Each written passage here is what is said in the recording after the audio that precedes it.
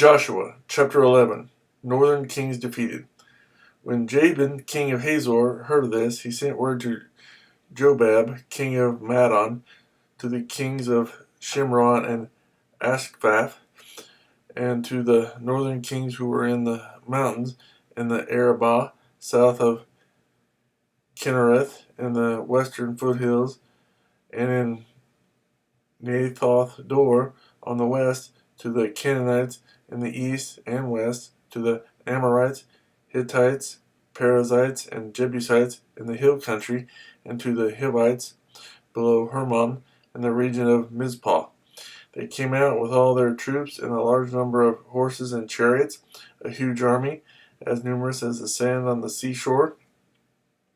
All these kings joined forces and made camp together at the waters of Merom to fight against Israel. The Lord said to Joshua, "Do not be afraid of them, because by this time tomorrow I will hand all of them over to Israel, slain. You are to hamstring their horses and burn their chariots."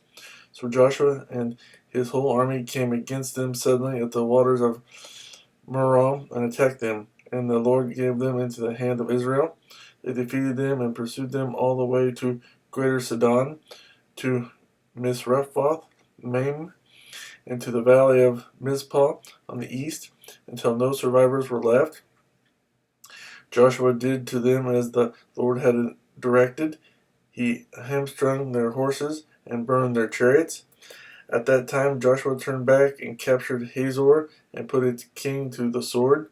Hazor had been the head of all these kingdoms. Everyone in it they put to the sword. They totally destroyed them, not sparing anything that breathed, and he burned up Hazor itself. Joshua took all these royal cities and their kings and put them to the sword. He totally destroyed them as Moses the servant of the Lord had commanded. Yet Israel did not burn any of the cities built on their mounds, except Hazor, which Joshua burned.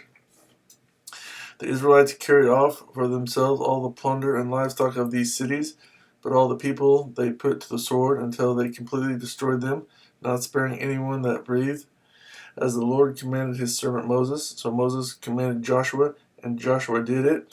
He left nothing undone of all that the Lord commanded Moses. So Joshua took this entire land, the hill country, all the Negev, the whole region of Goshen, the western foothills, the Arabah, and the mountains of Israel with their foothills, from Mount Halak, which rises toward Seir, to Baal Gad in the valley of Lebanon, below Mount Hermon. He captured all their kings and struck them down, putting them to death. Joshua waged war against all these kings for a long time, except for the Hivites living in Gibeon. Not one city made a treaty of peace with the Israelites, who took them all in battle. For it was the Lord himself who hardened their hearts to wage war against Israel, so that he might destroy them totally, exterminating them without mercy, as the Lord had commanded Moses.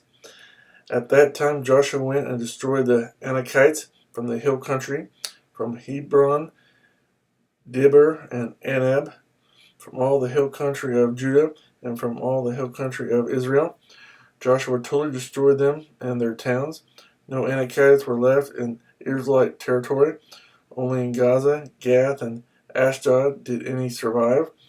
So Joshua took the entire land, just as the Lord had directed Moses, and he gave it as an inheritance to Israel according to their tribal divisions.